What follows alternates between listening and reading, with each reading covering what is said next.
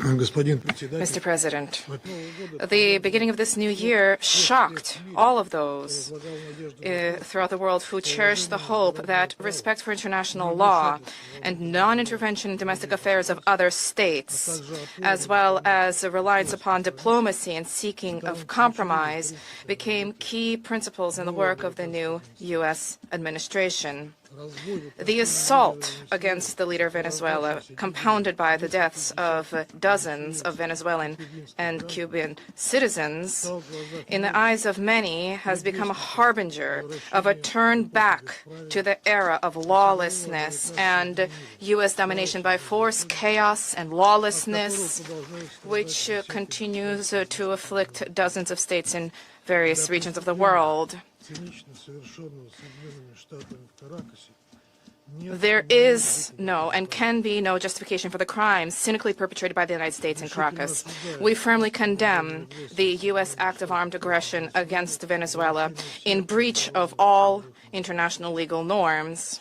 In connection with the confirmed reports about the presence of the abducted president of Venezuela, Nicolas Maduro, and his spouse in the United States, today, as we are aware, they are in New York, we call upon, corrects the Speaker, the U.S. leadership to immediately release the legitimately elected president of an independent state and his spouse.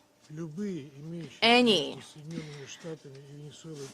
problems existing or conflict between the United States and Venezuela need to be resolved through dialogue. And this is precisely what is enshrined in the UN Charter, the purposes and the principles of which a number of states in recent years have begun to apply selectively, depending upon the political landscape. Today, we are reaping the consequences of their recklessness and selectivity in matters related to respect for the norms of international law, which were linked to the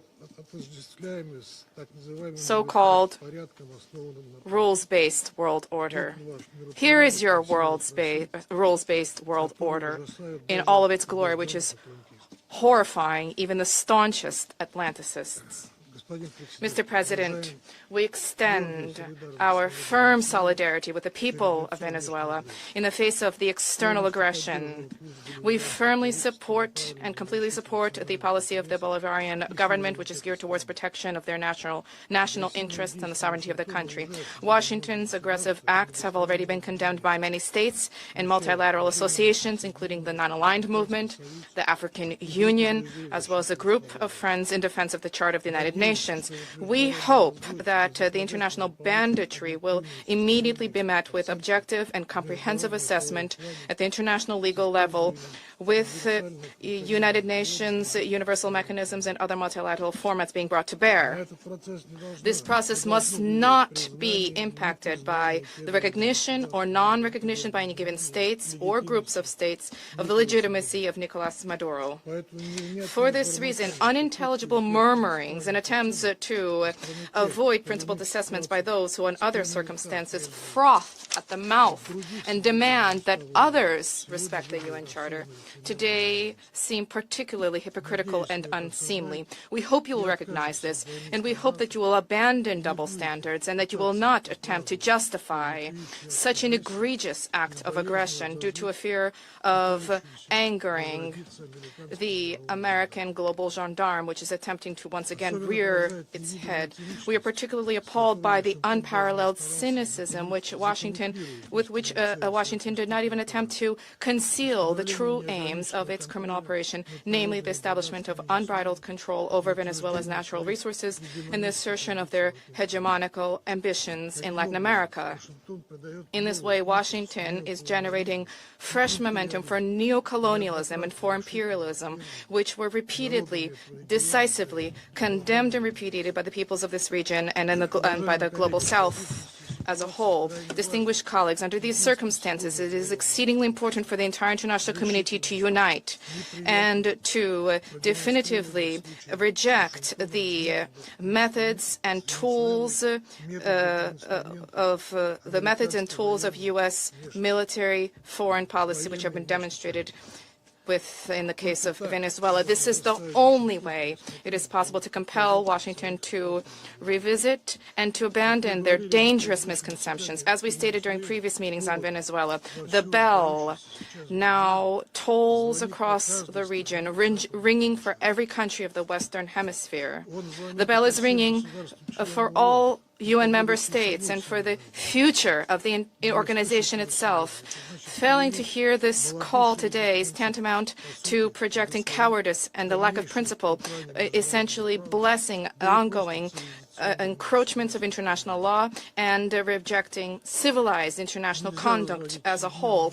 We cannot allow the United States to proclaim itself as some kind of a supreme judge which alone bears the right to invade any country, to label culprits, to hand down and to enforce punishments, irrespective of notions of international law, sovereignty, and non-intervention. Is this the world we sought to attain as we marked the 80th anniversary of the adoption of the Charter of the United Nations, when we all signed on to the relevant Security Council presidential statement? Is this the aim of United Nations reform, which we all advocate?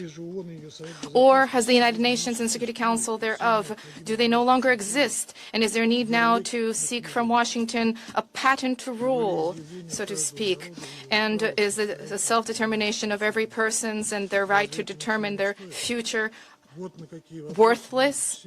These are the questions that we all must address today.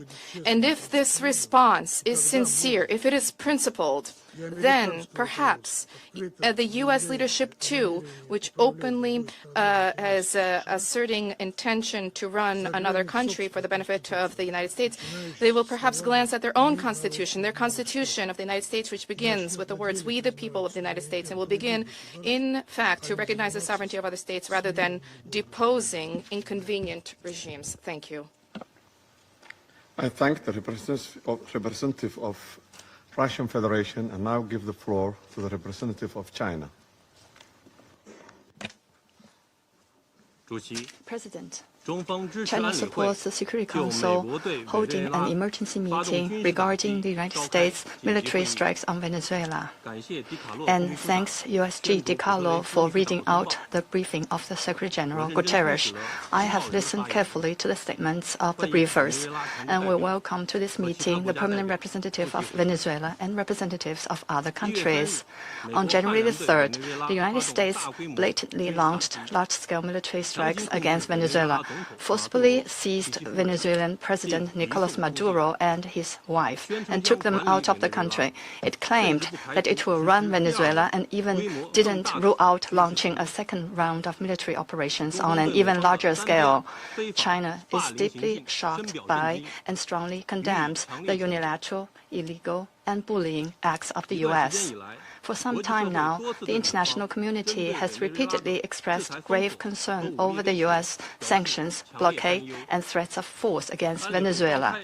The Council convened 2 emergency meetings, during which Secretary General Guterres, many Council members, and countries in the region and beyond unanimously called for abiding by the UN Charter and the international law, maintaining calm and restraint, resolving disputes peacefully, de-escalating tensions, and safeguarding regional stability. However, as a permanent member of the Council, the U.S. has disregarded the grave concerns of the international community, wantonly trampled upon Venezuela's sovereignty, security, and legitimate rights and interests, and seriously violated the principles of sovereign equality, non-interference in internal affairs, peaceful settlement of international disputes, and the prohibition of the use of force in international relations.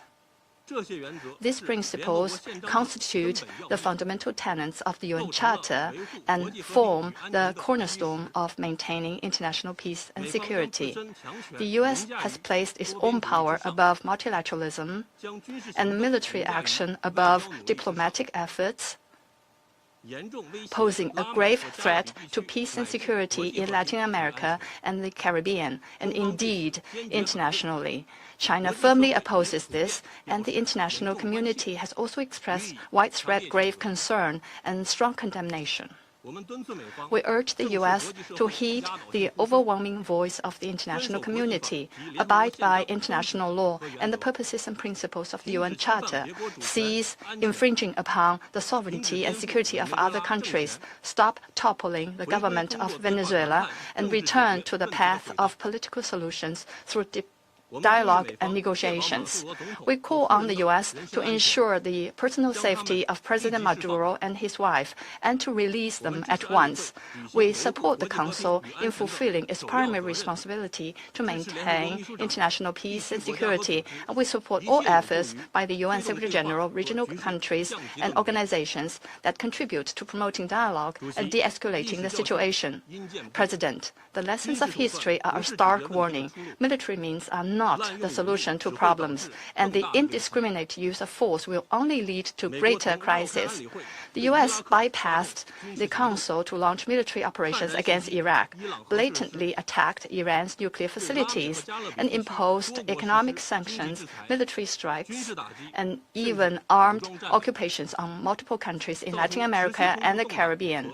These actions have caused persistent conflict, instability, and immense suffering for the ordinary people. Did these actions bring peace and stability? Did they bring development and prosperity? The international community sees this clearly. Venezuela is an independent sovereign state with every right to defend its sovereignty and national dignity. Countries in Latin America and the Caribbean are important forces in maintaining world peace and stability and promoting global development and prosperity, and they have every right to independently choose their development paths and partners. No country can act as the world's police, nor can any state presume to be the international judge. China firmly supports the government and people of Venezuela in safeguarding their sovereignty, security, and legitimate rights and interests. We firmly support the regional countries in upholding the status of Latin America and the Caribbean as a zone of peace. We demand that the United States change its course, cease its bullying and coercive practices, and develop relations and cooperation with regional countries on the basis of mutual respect, equality, and non-interference in international affairs. China stands ready to work with the regional countries and the international community to strengthen solidarity and cooperation, uphold fairness and justice, and jointly safeguard peace and stability in Latin America and the Caribbean. I thank you, President. Do you want to watch more videos like this one? If yes, subscribe to our channel and press the bell icon next to it. We have decided to bring videos on something nobody talks about: African politics, economy, and increasing power. Thanks for watching, and until the next video, stay tuned. Tell us what you think in the comment section. Like and share the video, and subscribe so that you don't miss any of our African videos. It's the best way to support us.